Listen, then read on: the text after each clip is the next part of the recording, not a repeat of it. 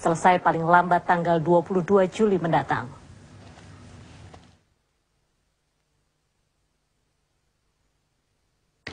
Komisi Pemilihan Umum hari ini memulai rekapitulasi tingkat nasional setelah sebelumnya KPU daerah sudah menyelesaikan penghitungan dari tingkat kelurahan hingga provinsi. Rekapitulasi nasional yang dimulai hari ini disaksikan juga oleh Badan Pengawas Pemilu, Dewan Kehormatan Penyelenggara Pemilu, serta tim sukses dari masing-masing calon presiden dan calon wakil presiden.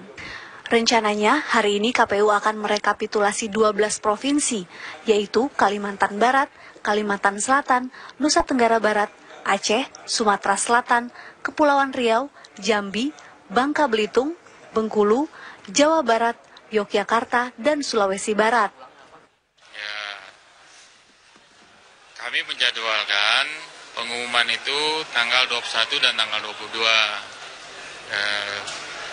Biasanya kalau yang menjadi ukuran itu adalah KPU Provinsi dan KPU Kabupaten Kota, untuk 33 dokumen yang mau dibaca itu cukup 1 hari, bahkan ada yang setengah hari ya. Tadi di penghantar kan saya sudah sampaikan ya, dan itu tentu kita harapkan juga menjadi perhatian dari para saksi yang ada. Mereka tetap diberi kesempatan untuk memberikan pendapat, mengkritisi, kemudian membanding data yang ada, dan nanti ada juga Bawaslu yang akan memberi pandangan atas pelaksanaan. Ya, saya tidak mau berandai-andai, kita bekerja berdasarkan jadwal yang ada. Ya. Sementara sebelumnya KPU sudah menyelesaikan rekapitulasi suara di luar negeri. Dari 130 PPLN di 96 negara, pasangan nomor urut 2 Joko Widodo Yusuf Kala unggul dengan perolehan suara 364.283 suara. Sementara pasangan nomor urut 1 Prabowo Subianto Hatta Rajasa memperoleh 313.600 suara. Sementara itu, jelang pengumuman hasil rekapitulasi suara pada 22 Juli 2014 mendatang, pengamanan di sekitar KPU mulai ditingkatkan. Setiap orang wajib menggunakan kartu identitas khusus yang dikeluarkan oleh KPU untuk masuk ke dalam ruang sidang utama. Sebanyak 3.500 personil kepolisian akan dikerahkan secara berlapis, mulai dari ring 1 hingga ring 4. Dari Jakarta, Hairunisa Prayogi TV One mengabarkan.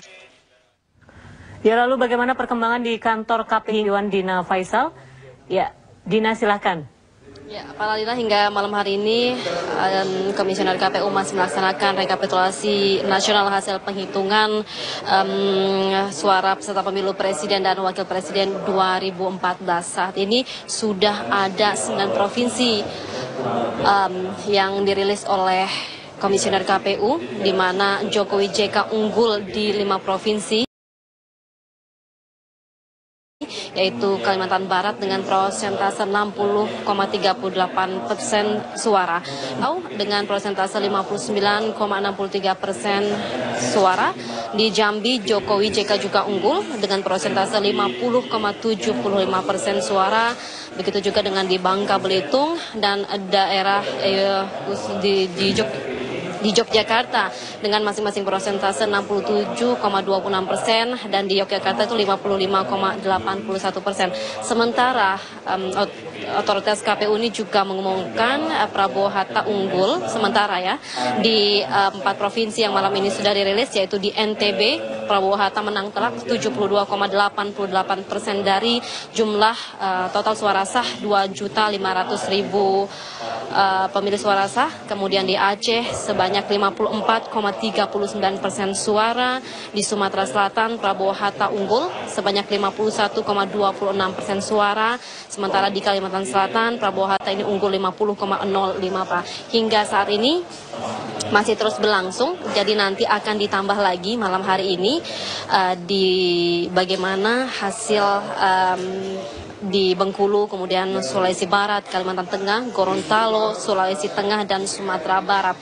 tadi otoritas KPU, Komisioner KPU mengatakan bahwa jika penetapan hasil akhir rekapitulasi nasional ini bisa lebih cepat lagi selesai, bisa cepat selesai pada tanggal 21 besok bisa selesai, maka penetapan ini akan lebih cepat diumumkan dari yang sebelumnya ditetapkan pada tanggal 22 Juli. Tetapi jika memang pada tanggal 21 malam juga belum selesai, maka pada tanggal 22 ini rekapitulasi masih terus dilanjutkan, kemudian penetapan akan dilangsungkan di usai rekapitulasi nasional ini selesai digelar.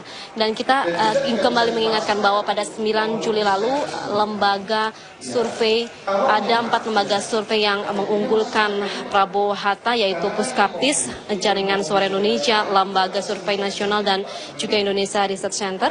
Sementara ada 8 lembaga survei yang mengunggulkan Jokowi JK berdasarkan hasil penghitungan cepat, yaitu Litbang Kompas RRI, Saiful Mujani Research and Consulting, CSIS, kemudian Lingkaran Survei Indonesia, Indikator Politik Indonesia, Poltreking Institute, dan juga Populi Center. Kita akan lihat bagaimana jauh berbedanyakah hasil hitung cepat dengan real count. Kita lihat nanti pada 21 atau mungkin 22 baru bisa selesai. Faradila. Baik, Dina Faisal melaporkan langsung dari Gedung KPU Pusat Jakarta. Kita ke kabar berikutnya, pemirsa. Presiden Susilo Bambang Yudhoyono hari ini menggelar buka puasa bersama di Istana Negara Jakarta. Kedua pasangan calon capres-cawapres turut hadir dalam acara itu.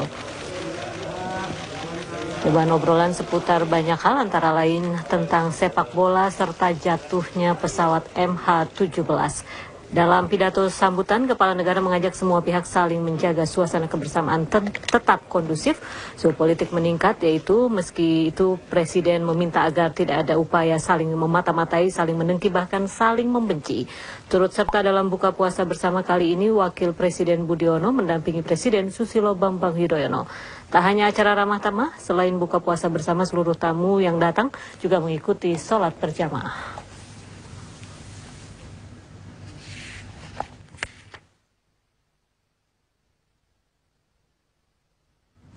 Pemirsa, kami masih akan kembali usai jeda pariwara berikut dengan sejumlah informasi, di antaranya jelang pengumuman hasil perolehan suara nasional pemilihan presiden, pendukung dari kedua pasangan capres-cawapres sepakat untuk mengusung perdamaian. Kami segera kembali.